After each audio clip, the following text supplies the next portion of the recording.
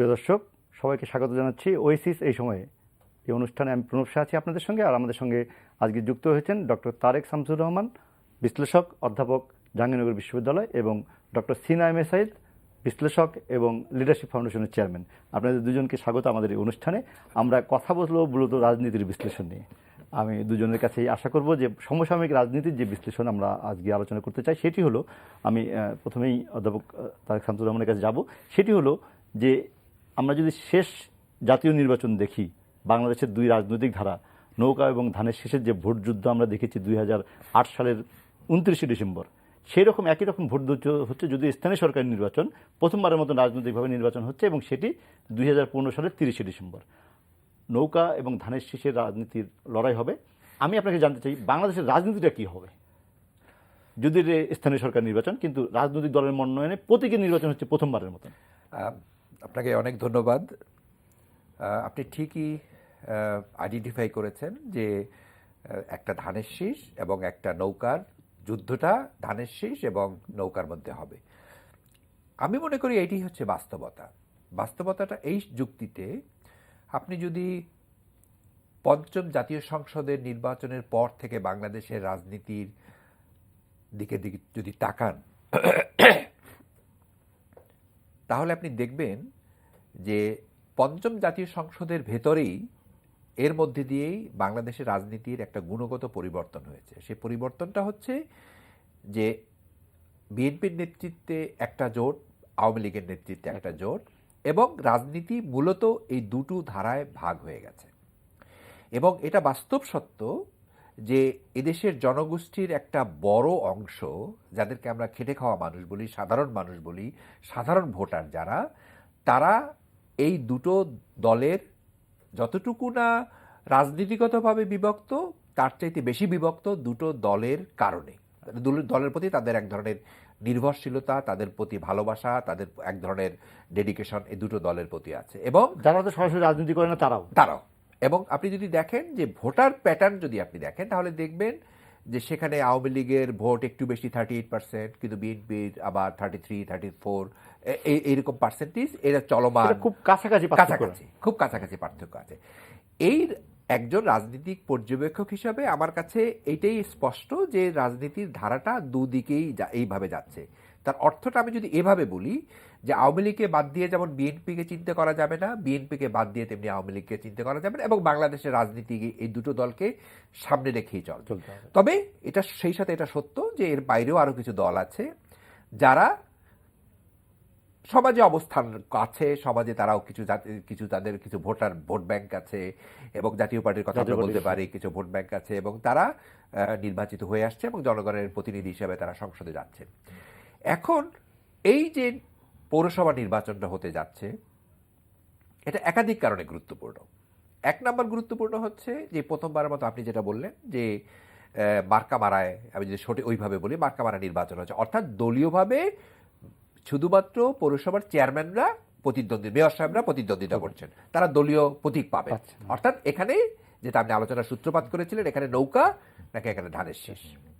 দ্বিতীয়ত ইম্পর্টেন্টটা হচ্ছে যে এই একটা নির্বাচন, যে নির্বাচনের মধ্যে দিয়ে একটা, আমি মনে করি একটা সম্ভাবনার দ্বার উন্মুক্ত হলো যে বিএনপিকে মূল ধারায় নিয়ে আসা এবং বিএনপিকে সামনে রেখে সকল দলের অংশগ্রহণ একটা নির্বাচন, সেই নির্বাচনকে নিশ্চিত করা। আমরা 2014 সালের পর থেকে যে বলছি যে ইনক্লুসিভ নির্বাচন সবাই যেভাবে বলছে, বিদেশিরা যেভাবে বলছে, সাধারণ মানুষও যেভাবে বলছে, 2019 সালের যে নির্বাচনটা হবে সে তার একটা ক্ষেত্র তৈরি করা, তার আগাম মহড়া কিনা, এটা অ্যাবসলিউটলি আপনি কারেক্ট, আপনার অ্যানালাইসিস অ্যাবসলিউটলি কারেক্ট, যেটা একটা আগাম মহড়া। আমি সেটাই মনে করি যেটা একটা আগাম মহড়া। কিন্তু আবার এটাও সত্য, এই আগাম মহড়াকে যদি আপনি পরিপূর্ণভাবে তাকে সঠিক পথে চলতে না দেন, তাহলে কিন্তু নির্বাচন প্রক্রিয়া নিয়ে একটা প্রশ্ন থাকবেই, এবং 2019 সাল অনেক লম্বা সময় আমাদের জন্য, এবং মানুষের মধ্যে কিন্তু হতাশা আরও বাড়বে। ফলে এই যে পৌরসভা নির্বাচনটাকে যদি খুব হালকাভাবে আমরা দেখি, তাহলে ঠিক হবে না। এটা একটা গুরুত্বপূর্ণ বিষয়, শুধু স্থানীয় সরকারের নির্বাচন নয়, ডেফিনেটলি না। আমি ডক্টর সিনহার কাছে আসবো যে আমরা যেভাবে বলছি যে দেখেন, আমরা 300 আসনে নির্বাচন দেখি, নৌকা এবং ধানের শীষ, যদি অতগুলো নির্বাচন যদি আমরা দেখি 2014 5 জানুয়ারি নির্বাচন ছাড়া, বা 1986 সালে বিএনপি নির্বাচনে অংশগ্রহণ করেনি সেটি ছাড়া, মোটামুটি ধানের শীষ এবং নৌকার লড়াই। এই যে 234, আমরা 300 আসনের নির্বাচন দেখি, এবার 234, এবং আমরা যদি গণমাধ্যমের ফলাফল দেখব যদি 30শে ডিসেম্বরের পরে, যে নৌকা কতটি, ধানের শীষ কতটি, এবং লাঙ্গল কতটি, যদিও লাঙ্গল 234 আসনে প্রার্থী দিতে পারেন। আপনি কিভাবে দেখেন এই নির্বাচনটি যেটি আমরা শুরু করেছিলাম? আমার কাছে নির্বাচন গুরুত্বপূর্ণ এই দিক থেকে যে বিএনপি নির্বাচনে আসছে, এটা নিঃসন্দেহে আমাদের জাতীয় রাজনীতি ইতিবাচক একটা দিক বহন করে। কারণ হচ্ছে দেখেন, দীর্ঘদিন বিএনপি সরে ছিল, যে কোনো কারণে হোক, তার অভিযান থাকতে পারে বা প্রক্রিয়া আসতে পারেনি। এই যে বিএনপি নির্বাচন আসলো, এতে কিন্তু বিএনপি হেরে গেল, কিন্তু লাভ হলো তার।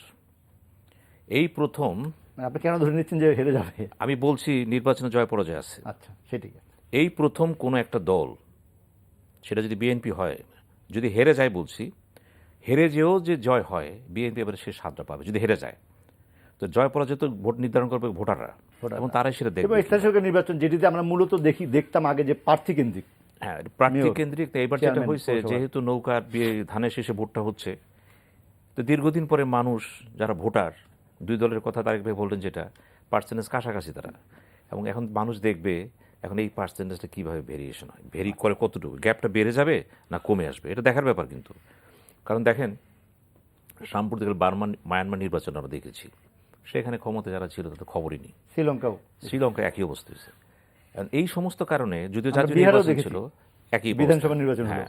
তো এই যে অবস্থাটা দাঁড়াচ্ছে এখন, জাতীয় নির্বাচনটা যদিও আমাদের 1919 সালের কথা বলা হচ্ছে, তো বিএনপি প্রত্যাশা করতেছে অনেক কিছু ঘটবে, এবং তারা সেই প্রত্যাশা সামনে রেখে, কারণ একদিকে তাদের দলীয় নেতা কর্মীদের বিরুদ্ধে হুলিয়া কেস, এটা সেটা নানান কারণে তারা চিন্তা ভাবনা করে দেখছে যে আমরা যদি আবার সরে থাকি, তাহলে হয়তো জিনিসটা আমাদের জন্য একেবারে বুমেরাং হয়ে যেতে পারে।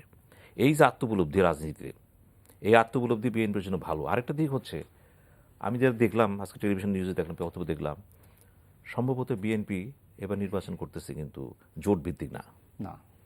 এর আরেকটা ডেভেলপমেন্ট তার, যে সমস্ত কারণে বিএনপিকে বিভিন্ন সময় আওয়ামী লীগ বা এই পন্থী যারা আছে তারা বিভিন্ন কারণে তার সমালোচনা করত, এখন কিন্তু বিএনপি জাতির সামনে একটা স্বচ্ছ ইমেজ নিয়ে চলে আসলো, কিন্তু যে আমি নির্বাচন করতেছি, আমি ধানে শেষে করতেছি, আমার সাথে আমি কাউকে রাখি নাই, আমি ডান বাম বুঝি না, কেউ রাখি নাই। আমি অনেকগুলি প্রশ্ন কিন্তু ইতিমধ্যেই বিএনপির তরফ থেকে কিন্তু আমি বলবো উত্তর দেওয়া হয়ে গেল।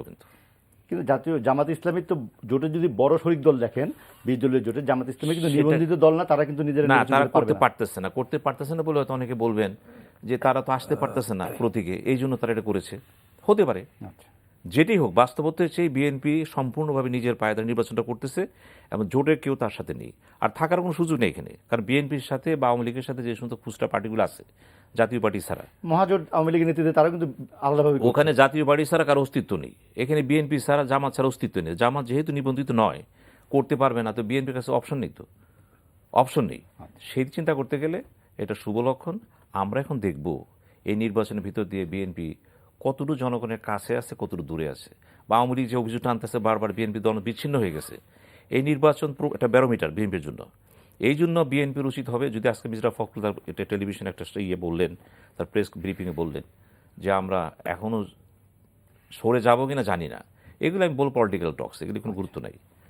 আমি বিএনপিকে একটা অনুরোধ করবো, আপনার এই টক শো থেকে যত ঝামেলা, যত চ্যালেঞ্জই থাক, নির্বাচনে মাঠ ছাড়বেন না। আচ্ছা, আপনি ব্যারোমিটার বলছেন, তা ব্যারোমিটার কি আওয়ামী লীগের জন্য নয়, যে তারা ক্ষমতায় থেকে তাদের দলের প্রতি একটি নির্বাচন? ব্যারোমিটার কিন্তু বিএনপির জন্য এই জন্য বললাম যে অভিযোগ করা হচ্ছে বিএনপি জনবিচ্ছিন্ন হয়ে গেছে। তো সে জনবিচ্ছিন্ন কথাটা যারা বলতেছে, তাদের কাছে উত্তর বিএনপির কাছে ব্যারোমিটার, যে আমরা আসলে জনগণের কতটুকু বিচ্ছিন্ন হলাম। আমাকে একটা পরীক্ষা তো দরকার, তো এটা তার জন্য পরীক্ষা। এই পরীক্ষাটা তার জন্য নিতে হবে। এবং গত সিটি নির্বাচনের সময় আমরা দেখেছি, হঠাৎ করে মধ্যপথে এত ভোট পাওয়ার পরে সরে গেল সে। যদি সেদিন টিকে থাকতো, হয়তো ঘটনা ঘটতেও পারতো, আমরা জানি না। চিটাগংয়ের অবস্থা তো খুবই পজিটিভ ছিল। এই সমস্ত কারণে বিএনপিতে এখন যারা নিয়ন্ত্রণ করতেছে, যারা পলিসি মেকার যারা আছেন, আমার বিশ্বাস তারা অনেকটা বাস্তবে চলে আসছেন। আচ্ছা, আমি তার শান্তনু জানতে চাইবো যে এই যে আপনি বললেন যে একটি জাতীয় নির্বাচনের মতন অবস্থা, আমরা কি চাইবো যে নির্বাচনটা ভালো হওয়া খারাপ হওয়া বেশি গুরুত্বপূর্ণ, নাকি নৌকা বেশি জিতলো না ধানের শীষ বেশি জিতলো সেটি গুরুত্বপূর্ণ? না, এখানে আমার বিবেচনায় প্রথম টার্গেটটা হচ্ছে যে আপনি একটা সুষ্ঠু নির্বাচন জাতিকে উপহার দেবেন। এটা হচ্ছে এক নম্বরে যে অগ্রাধিকার হবে, এটা হলো এক নম্বর অগ্রাধিকার। কেন অগ্রাধিকার? বিকজ আপনার কাছে 2019 সাল দাঁড়িয়ে আছে এবং 2019 সালে আপনি একটা নির্বাচনের মুখোমুখি দাঁড়িয়ে আছেন এবং সারা বিশ্ব কিন্তু এই 19 সালের নির্বাচনকে খুব গুরুত্ব সহকারে নিচ্ছে যে একটা নির্বাচন হবে এবং সেই নির্বাচনে সকল দল অংশগ্রহণ করবে। সকল দল বলতে যেটাকে আমরা সবাই বুঝি মূলধারার দলগুলো, হ্যাঁ। মূলধারা ধরল বিএনপিকে নিয়ে এসে নির্বাচন করা। এখন ধরেন আপনি যদি এই নির্বাচনকে কোনোভাবে সরকারের পক্ষ থেকে প্রভাব বিস্তার করা হয় এবং যদি স্থানীয়ভাবে স্থানীয় যারা সরকারি দলের লোকজন আছেন ইনক্লুডিং প্রশাসকরা এজেন্সি মিলে নির্বাচন কমিশন সহ এবং স্থানীয় আওয়ামী লীগের নেতাকর্মীরা যদি এই নির্বাচনটাকে সুষ্ঠু হতে না দেন তাহলে কিন্তু এই নির্বাচন ব্যবস্থা একটা প্রশ্নের মুখে থাকবে বাংলাদেশে। এবং আমরা যে কথাটা সবসময় বলি যে বাংলাদেশের গণতন্ত্রকে আরো উচ্চতায় আমরা নিয়ে যেতে চাই, আমরা একটা মধ্যমায়ের দেশে পরিণত হয়েছি, এটাকে আরো উন্নত দেশে আমরা নিয়ে যেতে চাই, তাহলে কিন্তু একটা কনফিডেন্স বিল্ডিং মেজার আপনার লাগবেই, একটা আস্থার সম্পর্ক গড়ে তুলতে হবেই বিএনপি সহ সকল রাজনৈতিক দলগুলো, মানে নির্বাচনের স্টেক হোল্ডার সবার স্টেক হোল্ডারদের মধ্যে সম্পর্ক গড়ে তুলতে হবে। আমরা কিন্তু অনেক আশা করেছিলাম যে সিটি কর্পোরেশনের যে 3টি সিটি কর্পোরেশন নির্বাচন হলো 28 এপ্রিল এবং সেখানে জাতি একটি ভালো নির্বাচন দেখবে, প্রতিদ্বন্দ্বিতামূলক নির্বাচন দেখবে এবং নির্বাচিত মেয়ররাই আমাদেরকে পরিচালনা করবেন। কিন্তু দুঃখজনকভাবে হলেও সত্য আমাদের সকলের প্রত্যাশা কিন্তু সেটা পূরণ হয়নি। বিএনপি নির্বাচন থেকে নিজেকে প্রত্যাহার করে নিল। এখন এটা সকাল এবং সেটা নিয়ে ডিবেট আছে, কেন নিল, তারা কি আগে থেকে প্রস্তুতি ছিল কিনা বা তাদের অংশ নিয়েছিল কিনা বা তাদের স্ট্র্যাটেজিতে ভুল ছিল কিনা, আমরা সেই বিতর্কে যাব না। কিন্তু মিডিয়া যেভাবে কাভারেজ দেখিয়েছে, মিডিয়া থেকে আমরা যেটা দেখেছি, print media plus electronics media, সেখানে ভোট কিভাবে ভোটিং সিল মারা হয়েছে, কিভাবে ভোটটাকে নষ্ট করে দেওয়া হয়েছে, এই যে সংস্কৃতি থেকে যদি আমরা বেরিয়ে আসতে না পারি তাহলে কিন্তু বাংলাদেশের জন্য ভবিষ্যৎ ভালো না। আমি আপনাকে জানতে চাইবো যে তার বিএনপি যে এখন দাবি করছে যে একটি মধ্যবর্তী নির্বাচন বা তারা মনে করে যে 2014 সালের 5 জানুয়ারি নির্বাচনটা গ্রহণযোগ্য কোনো নির্বাচন হয়নি, তারা সেটি বিশ্বাস করে না, শুধু এটা তারা প্রচারে আনছে এবং তারা ইস্যু করেছে এবং তারা একটি মধ্যবর্তী নির্বাচন চায় এবং মনে করে যে তারা যথাযথ সংসদ নাই এবং গণতন্ত্র নাই, ফলে এখনই একটি নির্বাচন দরকার। তাহলে কি বিএনপির এই দাবিটা ঠিক হচ্ছে না? আপনি যদি 2019 সালকে যদি মনে করেন যে তখনই নির্বাচন হবে, এখন কেন একটি নির্বাচন তার আগে হতে পারবে না? যদি আপনি পৌরসভা নিজেই বললেন যে সিটি কর্পোরেশন নির্বাচন, তারপরে যদি পৌরসভা নির্বাচনটাও সেরকম হয় এবং যেটি জাতীয় প্রতীকে হচ্ছে না, এখানে মূল বিষয়টা হচ্ছে আপনারা একটা জাতীয় পর্যায়ে নির্বাচনটা 2019 সালে কেন কথা বলছি আমরা বলছি এই জন্যই যেটা সাংবিধানিক ধারাবাহিকতা। হ্যাঁ, সেটা তো মেয়াদন্তে নির্বাচন হবে। আপনি মেয়াদন্তে নির্বাচন হতে গেলে 2019 সালকে আবার ধরতে হবে, এটা হলো 1 নাম্বার। 2 নাম্বার হচ্ছে যে সরকার অনেক কিছু ক্যালকুলেট করে যে আমি আগামী নির্বাচন দেব কিনা বা সঠিক সময় নির্বাচন দেব, তাদের হিসাব নিকাশ আছে। এখন এই হিসাব নিকাশগুলো সরকার এই পৌরসভা নির্বাচনের মধ্যে দিয়ে অনেক কিছু প্রতিফলিত হবে। টেস্ট কেস বলবো কিনা যে সরকার টেস্ট করছে কিনা, সেটাই বলছি, প্রতিফলিত হবে। যে এটা টেস্ট কেসই যদি বলি, সরকার যদি দেখে তার জনপ্রিয়তা কতটুকু আছে এবং সাধারণ মানুষ সরকারের প্রতি কতটুকু, কারণ এখন নির্বাচন হচ্ছে নৌকা এবং ধানের শীষ, আমি সেটাই বলছি। হ্যাঁ, মানুষ তো ভোট দেবে নৌকা দেখে, মানুষ ভোট দেবে ধানের শীষ দেখে, ফলে এখানে কিন্তু প্রতিফলিত হবে দলটাই প্রতিফলিত হবে, সামনে আসবে দল, ব্যক্তি না। ওখানে কে XYZ কাকে দেওয়া হলো সেটা ব্যক্তি প্রাধান্য পাবে না, প্রাধান্য পাবে দল। ফলে দল যদি ভালো করে এবং সেটা যদি সুষ্ঠু নির্বাচন হয়, আমি আপনাকে লিখে দিতে পারি আওয়ামী লীগ যদি নির্বাচনে বিজয়ী হয় এবং নির্বাচনটা যদি খুব সুষ্ঠুভাবে হয়, খুব ব্যাপকভাবে যদি ভোট রিগিং না হয়, তাহলে বিএনপির মধ্যবর্তী নির্বাচনের দাবিটি টিকে থাকার কথা না। না, সেখানে মধ্যবর্তী নির্বাচন হবে। আচ্ছা, এটা হবে যদি নির্বাচনটা সুষ্ঠু হয় এবং প্রাইম মিনিস্টার মাননীয় প্রধানমন্ত্রী নির্বাচনটা আগে নিয়ে আসবেন। আচ্ছা, যদি সুষ্ঠুভাবে হয়। কিন্তু যদি সুষ্ঠু না হয়, যদি বড় ধরনের ভোট রিগিং হয়, যদি বিশৃঙ্খল পরিস্থিতির সৃষ্টি হয়, তাহলে কিন্তু ওই যে বিএনপির দাবি যে এই দেশে নির্বাচন, এই সরকারের আমলে নির্বাচন সুষ্ঠু হয় না, বা দলীয় সরকার থাকলে নির্বাচন যে দাবিতে একসময় বিএনপি পড়েছিল, ফলে এটা কিন্তু এই সত্যটা তখন এস্টাবলিশড হয়ে যাবে। তার মানে একটা টেস্ট কেস আমরা ধরতে পারি, যদিও স্থানীয় সরকার নির্বাচন। আমরা একদম আপনি এক কথায় আপনি ধরে রাখতে পারেন এটা একটা টেস্ট কেস এবং এই টেস্ট কেস যদি আওয়ামী লীগ সুষ্ঠুভাবে নির্বাচনটা সম্পন্ন করতে পারে তাহলে আওয়ামী লীগ মধ্যবর্তী নির্বাচন দেবে। যদি নির্বাচনটা সুষ্ঠুভাবে না হয় আওয়ামী লীগ 2019 সালে নির্বাচনে যাবে। ডক্টর সিনহা, আপনি কি মনে করেন? আমি এই কথার সাথে ডিফার করতেছি, কারণ হচ্ছে নির্বাচন সুষ্ঠু হলে আওয়ামী লীগ নির্বাচন দেবে, আর যদি না হয় দেবে না। দেবে না তার কারণ হিসেবে ব্যাখ্যা করছেন তারেক ভাই, যেটা তার শঙ্কা যে এই মুহূর্তে নির্বাচন দিলে আমি হয়তো কাঙ্ক্ষিত লক্ষ্যে পৌঁছতে পারবো না। ঘটনা তো এরকম হতে পারে, সে যদি নির্বাচনে যদি তার কাঙ্ক্ষিত রেজাল্ট না আসে, সে তো এটাও ভাবতে পারে আরও বেশি দেরি করলে আমরা আরও ক্ষতি হয়ে যাবে।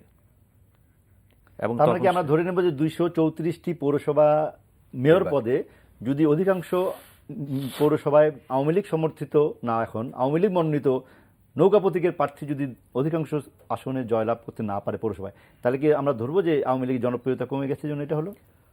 এখানে দেখেন দুই ধরনের বক্তব্য আছে। একটা বলতে পারেন আপনি, যেহেতু এটা দলীয় প্রতীক নির্বাচন হচ্ছে, লোকাল গভর্নমেন্ট নির্বাচন বলা যাবে না।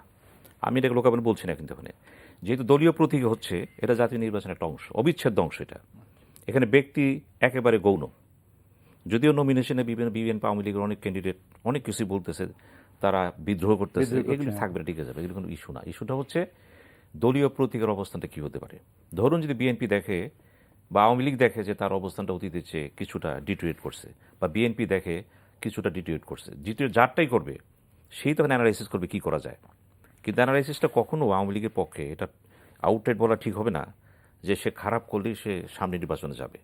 যদি সে খারাপ করেই ফেলায়, যেটা একটু তো ভাবতে পারে নির্বাচন আমার জন্য ঝুঁকিপূর্ণ, তখন তো অন্য পন্থাও সে চিন্তা করতে পারে কীভাবে টিকে থাকা যায়। না, 2019 সালের মধ্যে তাদের মেয়াদি আছে। মেয়াদি আছে, মেয়াদ না, ঠিক এটা মেয়াদ বলা যাবে, রাষ্ট্রবিজ্ঞানী মেয়াদের বা আইনে এটা বলে না, নিরোজ আগেও দিতে পারেন আপনি। হ্যাঁ, সেটা তো টেন্টেটিভ প্রিভিলেজ, কিন্তু ওইটা ক্রস করতে পারবেন, ক্রস করতে পারবেন, ক্রস করতে পারবেন, তার 90 দিনের মধ্যে হতে হবে, ক্রস করতে পারবেন না। তো এখন প্রশ্ন হচ্ছে যে সংবিধানটা যেভাবে সাজানো আছে এখন, যে নির্বাচনটা সেই লাইনেই হয়, আমার মনে হয় না আওয়ামী লীগের চিন্তার বেশি কারণ, চিন্তা তো সে করবেই, অতটা নার্ভাসের কারণ নেই। কারণ যে প্যাটার্নের সংবিধান এখন আছে, যদি মধ্যবর্তী নির্বাচনটা এই প্যাটার্নই দেন আর বিএনপি যদি সেখানে মেনেই নেয়, তাহলে কিন্তু আওয়ামী লীগের চিন্তার কারণ নেই। কারণ তখন যারা ক্ষমতায় আছেন, যারা সবসময় চেষ্টা করবেন ক্ষমতা থাকার জন্য, সেটা বিএনপিও করবেন, আওয়ামী লীগও করবেন, জাতীয় পার্টি করেছে। এই জনগণ না চাইলে, আপনি যদি দেখেন যে 234-এর মধ্যে বেশিরভাগ পৌরসভায় আওয়ামী লীগের নৌকা প্রতীকের মেয়ররা জিতলো না, তাহলে কি হবে? দেখেন, যদি ওই ধরনের পরিস্থিতি দাঁড়ায় যায়, এটা তো আমাদের একটা ক্যালকুলেশন, স্পেকুলেশন বলতে পারে। যদি এই ধরনের পরিস্থিতি, আমি এটা মন্তব্য করবো না, কারণ কি ঘটতে পারে না পারে সেটা না দেখে কিছু বলা যাবে না। আমি এখন কোনো দলকে আন্ডারমাইন করতে রাজি না। প্রত্যেক দল তার নমিনেশন দিয়েছে, দল কাজ করছে সেখানে। আর বিশেষ করে এই নির্বাচনের মধ্যে যারা নির্বাচনে মনোনীত হচ্ছেন বা নমিনেশন পেয়েছেন, অলমোস্ট অধিকাংশই কিন্তু জনসম্পৃক্ততা আছে তাদের। তারা কিন্তু এমপিদের মতো না যে ঢাকাতে নমিনেশন পেলাম তা না। কাজে এদের অবস্থানটা কিন্তু এরও ভালো করে জানে কি হতে পারে। ধরেন এমন হতে পারে মার্জিন ভোটে হেরে গেলাম, 100-150 ভোটে, 100 হয়েছে, 100 ভোটে হেরে গেলাম, 200 ভোটে গেলাম, 1000 ভোটে হেরে গেলাম। এই হারাটা কিন্তু জাতীয় নির্বাচনকে এভাবে প্রভাবিত করবে না, কারণ পিকচার ঘুরে যেতে পারে। সেখানে জাতীয় নির্বাচন অনেকগুলো, আমাদের কিন্তু উদাহরণ আছে যে বেশিরভাগ ভোট পেয়েছে সংখ্যায় শতকরা হিসাবে, কিন্তু সংসদে আসন কম পেয়েছে, হ্যাঁ, এটা হতে পারে। কাজে এটা ব্যারোমিটার এই দিক থেকে বলছেন, যেটা বড় ব্যারোমিটার। অবশ্যই রাজনীতি এই জন্য বহুদিন পরে দুইটি দল মুখোমুখি হচ্ছে, যুদ্ধ শুরু হয়ে গেল। কোন যুদ্ধ? নির্বাচনের যুদ্ধ। এই যুদ্ধটাকে যদি বর্তমান সাংবিধানিক কাঠামোতে আগে নির্বাচনটা আমি হয়, এখানে সহজে ছাড় দিব বলে আমার তো মনে হয় না। আমি একটু আপনাকে শেয়ার করি আপনার সাথে। আমি যদি আপনার কথা বক্তব্য সঠিকভাবে বুঝে থাকি, আমরা কথা বলছি ডক্টর তারেক শামসুর রহমান, রাজনৈতিক বিশ্লেষণ, এবং doctor Sinha M A Saeed, যিনি রাজনৈতিক বিশ্লেষণের মধ্যে আছেন, এবং বিশ্লেষণটাই আমরা করছি আমাদের যে পৌরসভা নির্বাচন সেটিকে ধরে যে জাতীয় রাজনীতির যে সম্ভাবনা বা মোড় কি হবে সেটি। আমাদের সঙ্গে থাকুন।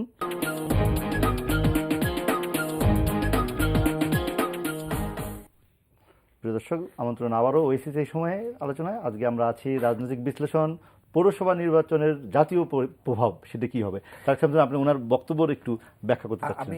আমি যেভাবে সিনহার বক্তব্যটাকে, আমি যদি ভুল না হয়ে থাকে, আমি বুঝেছি এইভাবে যে আপনি বলার চেষ্টা করেছিলেন, যদি এখানে একটা যদি আছে, যদি 234টা পৌরসভা মেয়র নির্বাচনে তত্ত্বগতভাবে যদি আওয়ামী লীগ কম ভোট পায়, মানে হেরে যায়, কম পৌরসভায় বিজয়ী হয়, তাহলে মধ্যবর্তী নির্বাচন দেবেন না, আওয়ামী লীগ দেবে না। আপনি বলছেন যে তাহলে দিতে পারে তারা। আমি বলেছি যেটা আমার দিবে। ব্যাখ্যায়, আমার ব্যাখ্যায় হচ্ছে, আমি আবারও বলি, যদি নির্বাচনে 235টার মধ্যে মেজরিটি সিটে মেয়র পদে আওয়ামী লীগ যদি বিজয়ী হয়, ধরেন 200টা সিটে যদি আওয়ামী লীগ বিজয়ী হয় থিওরিটিক্যালি, তাহলে সরকার সিদ্ধান্ত নেবে মধ্যবর্তী নির্বাচনে। সেটা 2017-তে হতে পারে, 2016 শেষেও হতে পারে। কেন হবে? বিকজ সরকার তখন একটা স্ট্র্যাটেজি নেবে যে এই রায়ের মধ্যে দিয়ে, যেহেতু এটা দলীয়ভাবে হয়েছে, নৌকার এবং ধানের প্রতি মানুষের আছে, কে কতটা সমর্থন করে তারা প্রতিফলিত হয়েছে। সরকার তখন সিদ্ধান্ত নিতে পারে যে নৌকার প্রতি এত পার্সেন্টে মানুষের সমর্থন আছে, ফলে সরকার আরো রেপিডলি আগামী 1 বছরে আরো কিছু উন্নয়ন কাজ করবে, যেমন পদ্মা সেতু ফর এক্সাম্পল।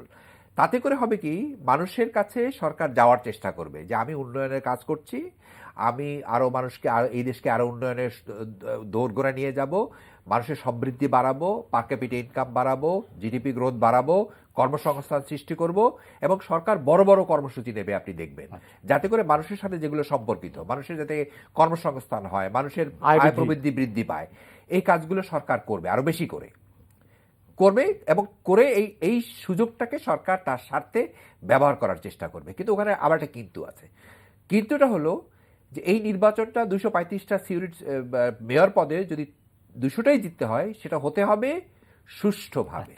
এবং যদি সেখানে কোনো একটু ত্রুটি থাকে, যদি নির্বাচনটা সুষ্ঠু না হয়, তাহলে কিন্তু ওই প্রশ্ন থাকবে। এবং মানে সেক্ষেত্রে আপনি বলতেছেন নির্বাচনটা সুষ্ঠু হলো না, কিন্তু বেশিরভাগ পৌরসভা আওয়ামী লীগ জিতলো, তাহলে ঠিক আওয়ামী লীগের প্রতি মানুষের সমর্থন আছে, এটা ঠিক তারা প্রমাণিত হবে না, এবং তাতে করে ওই যে মানে সেই 2019 সালেই যাবে নির্বাচন। আপনি যদি বলেন যে তাহলে তো ডক্টর তারেক শামসুর রহমান যেটি বলার চেষ্টা করেন সেটি হলো যে বরঞ্চ সুষ্ঠু নির্বাচন করে সরকার যদি সঠিকভাবে নির্বাচন হতে দেয়, এবং হওয়া উচিত, আমরা সেটাই প্রত্যাশা করি, কোন নির্বাচনই তো আমরা সুষ্ঠুর বাইরে হওয়া প্রত্যাশা করি না, এবং নির্বাচন কমিশনের দায়িত্ব হবে যে তাদের প্রমাণ করা যে দলীয় সরকার থাকা সত্ত্বেও তারা সুষ্ঠুভাবে নির্বাচন করতে পারে, এবং সেটি জাতীয় প্রতীকের নির্বাচন, যেটা জাতীয় সংসদ নির্বাচনে হয়। আপনি যদি বলেন যে উনি যে বিশ্লেষণটা করছেন যে তাহলে আওয়ামী লীগ 2019 সাল পর্যন্ত যদি থাকতে চায়, তাহলে কি তারা ঝুঁকি নিয়ে নেবে যে যেভাবে নির্বাচন হোক বেশিরভাগ আসনে জেতা?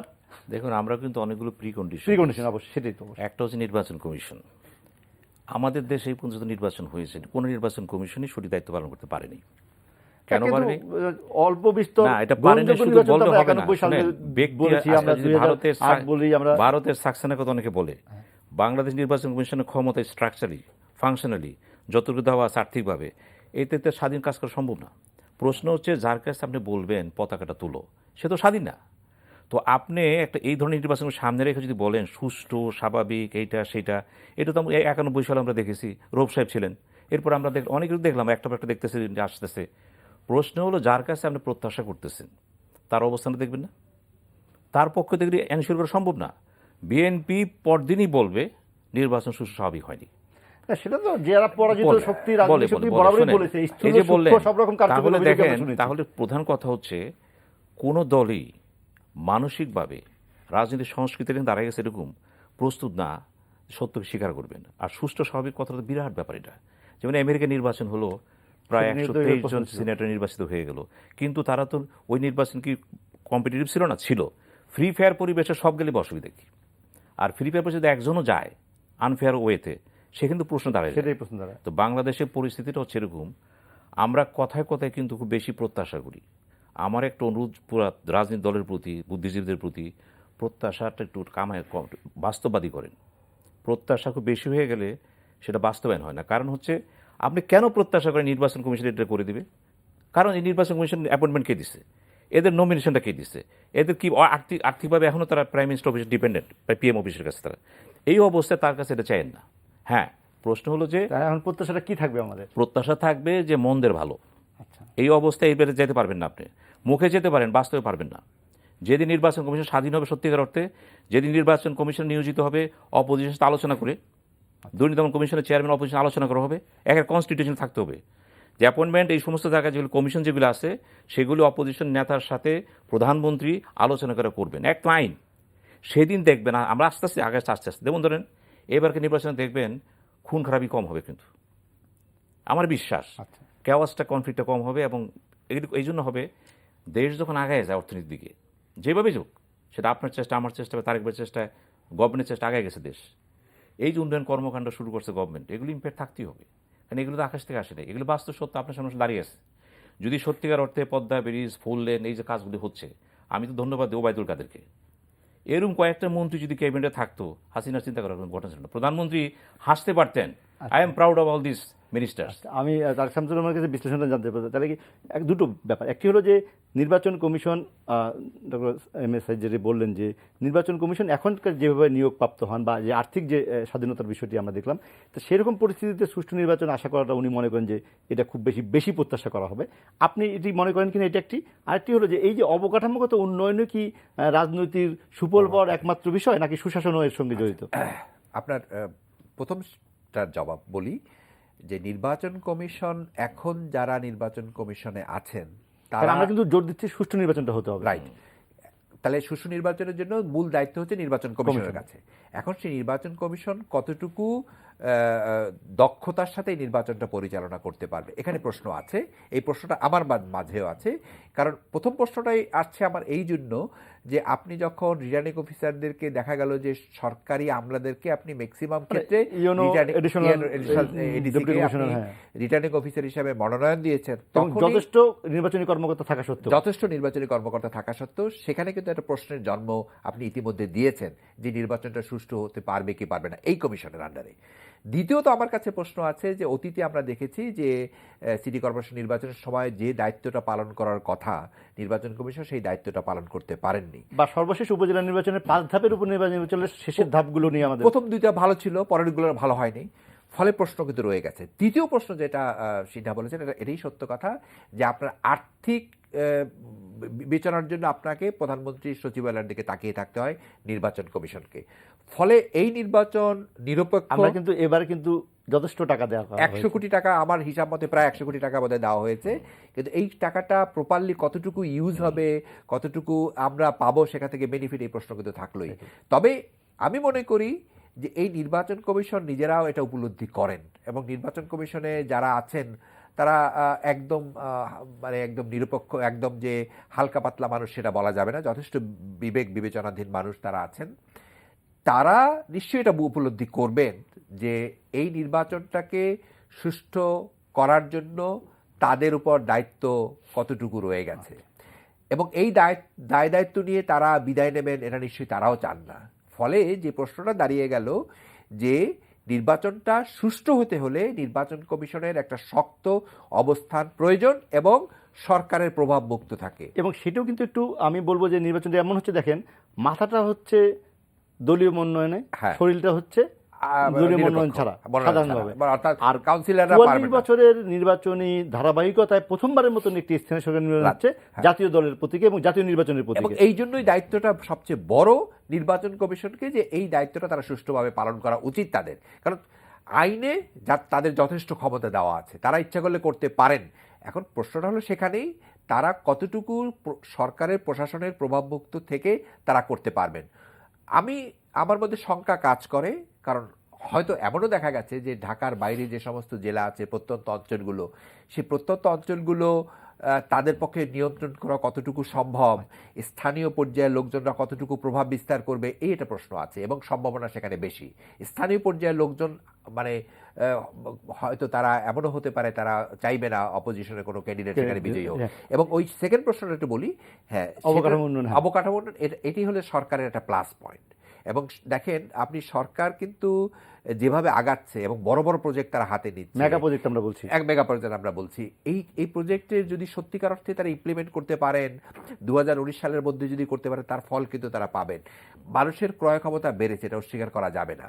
আপনি একটা সাধারণ মানুষ কিন্তু এখন মোবাইল ব্যবহার করে, তার সেই রিকশাওয়ালারা মোবাইল ব্যবহার করে, মানে 16 কোটি মানুষ, তার মধ্যে 9 কোটি মানুষ মোবাইলের আওতায়। তার অর্থটা কি? তার অর্থ যে আপনি এটাকে ক্ষমতা আছে, অতিরিক্ত খরচ করার মতন আয় আছেন, আপনার আয় করতে পারছেন, আপনি মানুষের ক্রয় ক্ষমতা বেড়েছে, এবং এই ক্রয় ক্ষমতাটা বাড়ার ফলে এবং আপনার ইকোনমিক ডেভেলপমেন্টগুলো হচ্ছে, এত গন্ডগোলের পরেও কিন্তু আমাদের এক্সপোর্ট কিন্তু খুব একটা ক্ষতিগ্রস্ত হয়নি। জিডিপিও আমরা জিডিপি ধরে রেখেছি, ধরে রেখেছি যেখানে আমরা। গ্রিসের মতো দেশ, যেখানে আপনার পর্তুগালের মতো দেশ আপনার Minus। ব্যর্থ হয়ে যাওয়ার ব্যর্থ এর মতো অবস্থা, সেখানে আপনি ধরে রেখেছেন এবং ফলে এই যে গ্রোথটা বেড়েছে, ডেফিনেটলি সরকার এটাকে চাইবে এটাকে পুঁজি করে সামনে এগিয়ে নিয়ে যেতে। আমরা এই জন্যই দরকার, তার সঙ্গে সুশাসনও দরকার। এই জন্য দরকার সুশাসন এবং দরকার এই নির্বাচনটা একদম সুষ্ঠুভাবে। এবং সরকারে আরেকটু বলি যে এই নির্বাচনের মধ্যে দিয়ে কিন্তু সরকারের পতন ঘটবে পতন ঘটবে না, হ্যাঁ। Let them decide, let the people decide. মানুষ, প্রত্যন্ত অঞ্চলের মানুষকে সিদ্ধান্ত দিতে দিন, তারা তাদেরকে ভোট প্রয়োগ করার সুযোগ দিন,